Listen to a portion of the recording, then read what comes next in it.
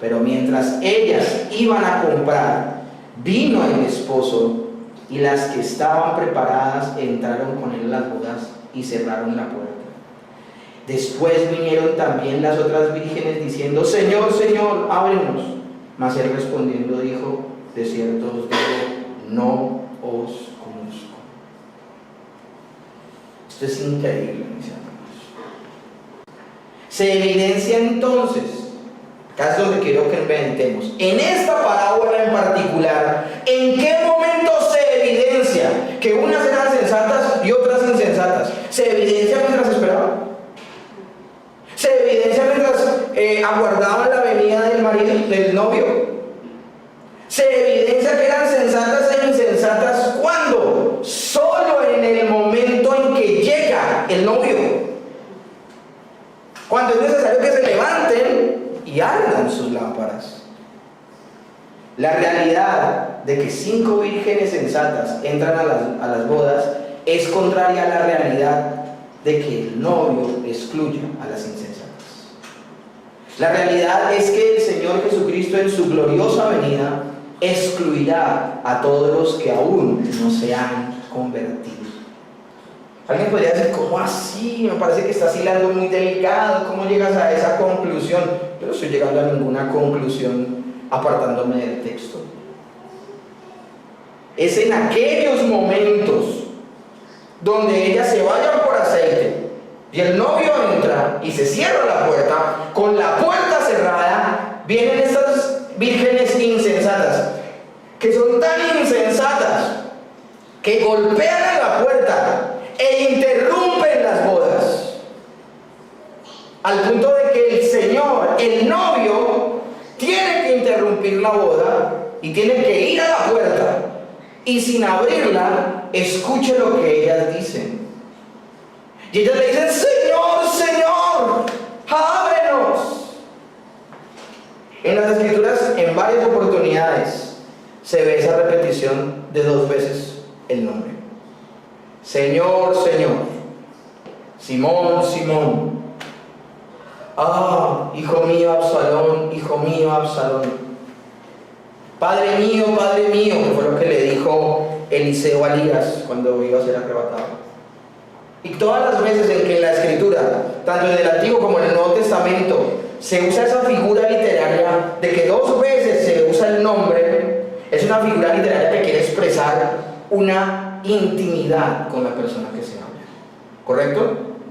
Una intimidad, una comunión, un trato especial. Ellas le dicen: Señor, Señor, como apelando a la comunión que tienen con el novio. Y el novio les dice algo que las deja estupefactas: no os conozco. No os conozco. Y ese no las conozco no está hablando de no saber quiénes son intelectualmente. El Hijo lo sabe todo, es Dios. Él sabe quiénes son, pero es que ellas, al apelar a ese Señor, Señor, están apelando a una comunión que ellas no tienen con ese Señor. Cuando él dice no los conozco, ese conozco que está usando es el conozco de Romanos capítulo 8. A los que antes conoció, a estos predestinó. Y a los que predestinó, a estos llamó. Y a los que llamó, a estos justificó. Y a los que justificó, a esos glorificó. Los que conoció desde antes de la fundación del mundo son los que glorificó. Y los que glorificó son los que están dentro de la casa. Él no está hablando de no conocer quiénes son, sino más bien de no tener comunión con ellos. El Señor conoce a los suyos, dice 2 de Timoteo 2:19. Como dice Génesis 18:19, conozco a Abraham. Como dice Éxodo 33, conozco a Moisés. Como dice Nahum 1:7, conozco a los que se refugian en mí. Pero él no conoce a estas 5 vírgenes insensatas. Y no las conoce porque no las salvó. Estas mujeres pensaban que habían sido salvas por todo lo que hacían para el Señor. Acuérdense de un texto que es paralelo a este texto, que lo vimos en el Sermón del Monte. Estos mismos personajes tocando a la puerta y diciéndole: Señor, en tu nombre sanamos enfermos, en tu nombre echamos fuera demonios, en tu nombre predicamos. Y el Señor les dice: apártense de mí, hacedores de maldad, no los conozco. ¿Cuántas personas creen que se van a salvar por sus buenas obras? Eso es interesante, mis hermanos. El aceite en la religión católico-romana, ¿saben qué representa? El aceite en la religión católico-romana representa las buenas obras de los santos. Eso lo representa. Qué triste que al día de hoy haya personas que piensan que eso es el aceite. Qué triste que al día de hoy, al interior de la iglesia cristiana, de la iglesia protestante, haya gente que crea que porque sirvió al interior de la iglesia, o porque asistió a una congregación, o porque hizo y deshizo para el Señor, eso le da el derecho de ser salvo. Eso obliga al Señor a salvarlo. Mis hermanos, Dios no es deudor de nadie.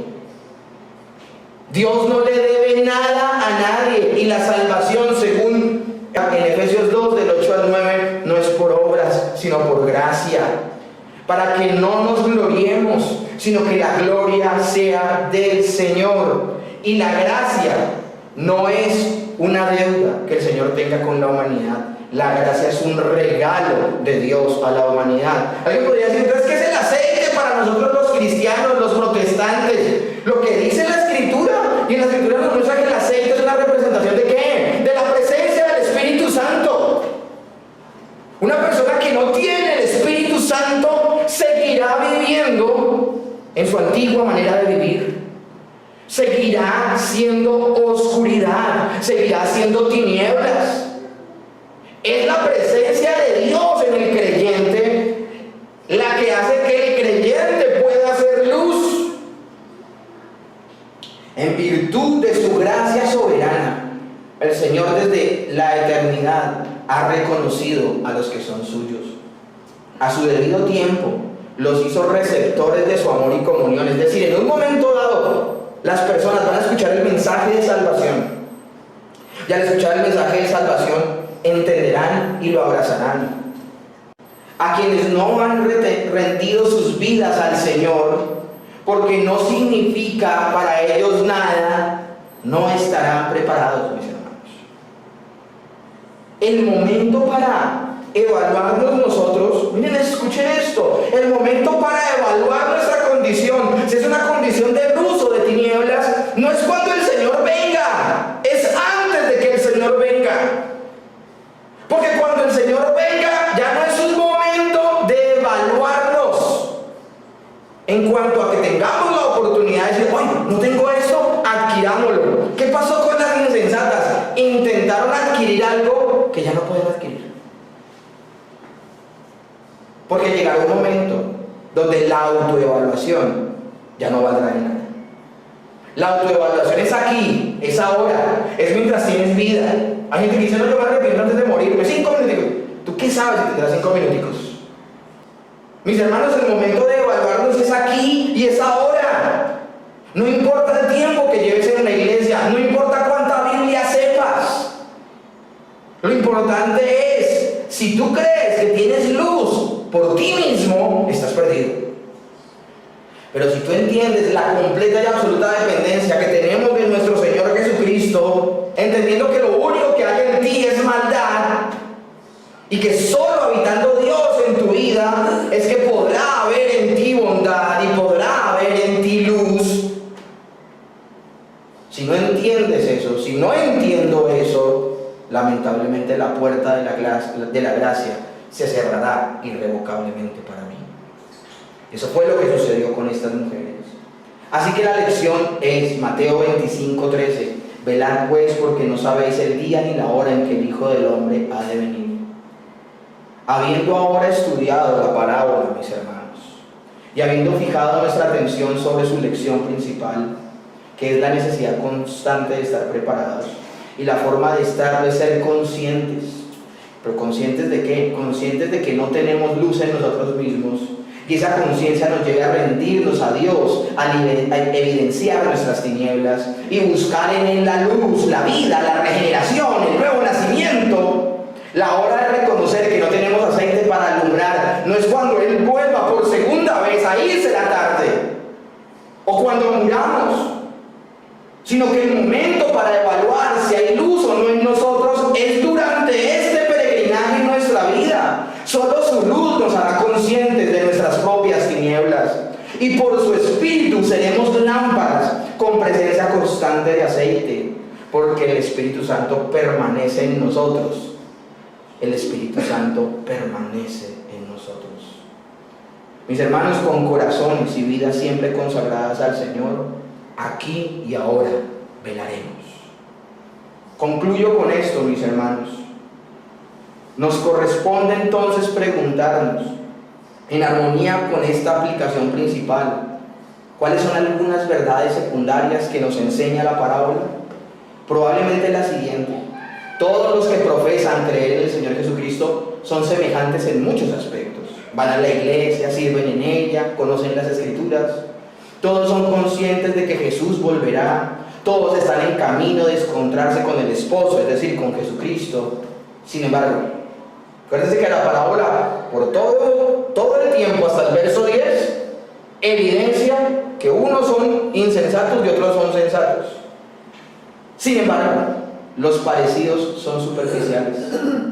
Hay una diferencia esencial de quienes leen la Biblia, asisten y aún pertenecen a una iglesia, cantan los himnos de salvación, hacen profesiones de fe en público y hasta predican en el nombre de Cristo, pero no todos van a participar de las bendiciones de la segunda venida. Algunos son prudentes. ¿Esto qué quiere decir? La religión que ellos tienen no es una máscara, ni es una pretensión. Creen que deben estar preparados por su fe salvadora y con vidas dedicadas a Él lo demuestran. Otros son insensatos, son necios. Como dice 2 de Timoteo 3:5, tienen la forma de la piedad, pero niegan la eficacia de ella. Sin preparación viajan al encuentro de su juez.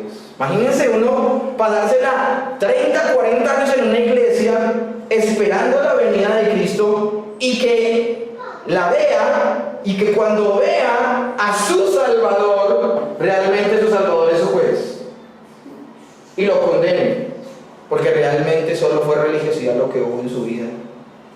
Transcurrir un largo periodo, miren mis hermanos, transcurrirá un largo periodo entre la primera venida del Señor y la segunda venida, un largo tiempo. Eso es lo que nos muestra la parábola. La venida del Señor entonces será repentina, pero también será visible y audible, porque lo oyeron y lo vieron. La preparación no es transferible a ninguna otra persona, porque la salvación es personal. Y mis hermanos, aunque hay segunda venida de Cristo, escúchenme bien, no hay segunda oportunidad. No hay segunda oportunidad para quienes no están preparados, para los que no se han salvado antes de morir y para los que no son salvos en la tierra en la segunda venida de Cristo. Por lo tanto, y en vista del hecho de que el momento de la venida de Cristo es desconocido, mis hermanos, en todo tiempo se requiere estar alertas. Se requiere velar. Mis hermanos, el día de hoy, quitémonos la máscara. Solo tú sabes cuál es tu estado. Si el Señor viniera hoy por segunda vez, ¿de qué grupo serías? Acuérdate que no es válido todos los mensajes y sermones que has dado. Yo pensaba en eso hoy. Anoche al irme a dormir, yo le decía al Señor, ¿será que mañana me levanto? Y si yo no me levantaba esta mañana y no era un verdadero creyente, me perdía, mis hermanos. Tenemos que evaluar esta verdad. La única manera de que haya luz en nuestras vidas es que el Espíritu Santo esté en nosotros, y el Espíritu Santo solo nos los puede dar Dios. Dejemos de aplazar esas conversaciones a veces incómodas con el Señor. Hay situaciones pendientes en tu vida, hay cosas de las cuales quieres renunciar en tu vida, pero que tú dices, no, después, mañana, tomorrow. Llegará un momento en que el mañana no llegará y muchos se condenarán. Solo hay dos grupos. Y esto es triste, porque esta parábola sí está hablando de la iglesia de Dios. Y la parábola evidencia que al interior de la iglesia hay dos grupos. Hay personas sensatas e insensatas. No aplacemos más el estar de rodillas delante de Dios, reconociendo nuestras tinieblas, mis tinieblas, porque es algo personal, y clamando por su luz.